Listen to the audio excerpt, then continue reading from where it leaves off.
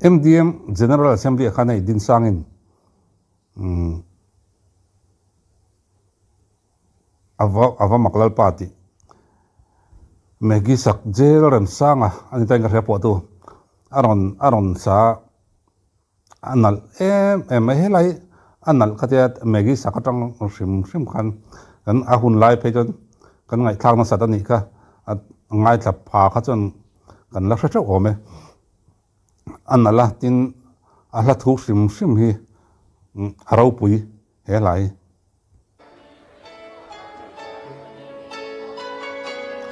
ngun da ngai tha chiang mala pathian nai por na thamani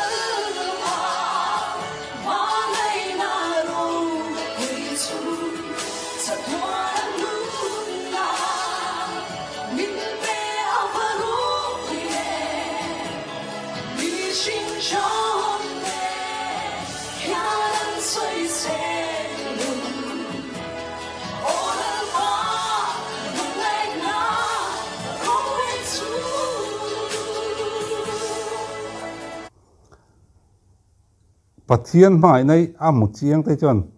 an lo mu chiang thin bi ngot mai ti karil ro hen om thina hela poi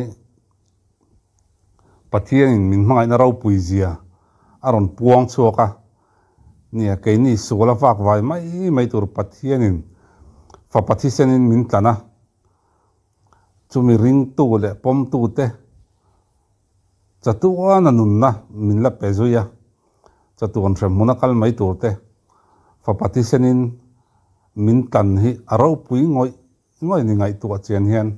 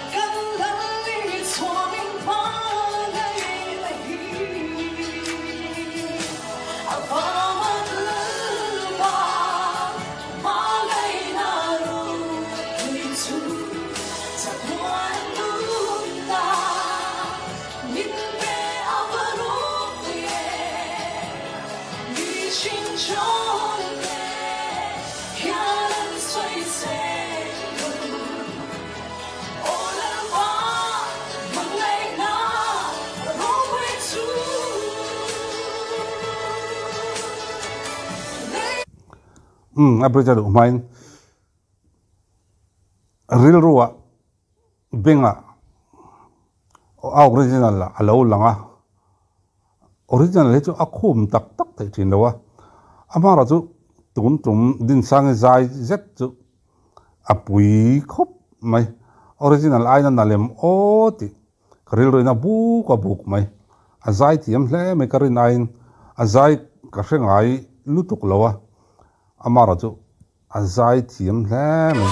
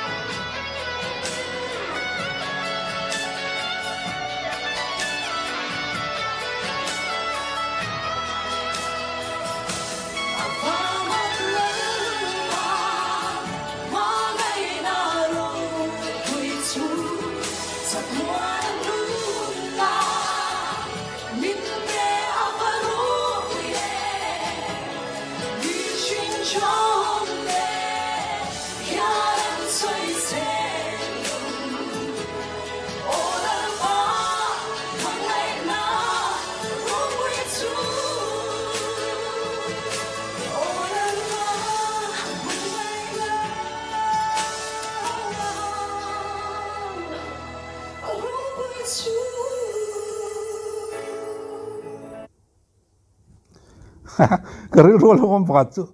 hết là sát tụi gen mail trả hình thăng anh thăng được ubi cái món này thì cái rượu rồi ông mà hết là có vào tu sát tu thế này rằng mail trả thấy em này chú bị bịa làm anh là giải thì em mấy chuyện lẽ nga là mặc khóc mày hết lại mail trả cái tên là gì đó này sát tu thế này rằng mail trả thấy em mày tin sang ấy cái base say phak pi alama aron sa choka ei duain tun trum MDM assembly chu an sound hi du thu sam lawa YouTube lama phai chon amara chu anxiety amate anxiety amani ti ero atilang chiang viau thungin ga ria din sangi giải thiểm lẽ mày anh đi bộ là thar đồ om tak tak nen đỏ sana pathian fakin kan muzel to ranga yang hun man nom vek ule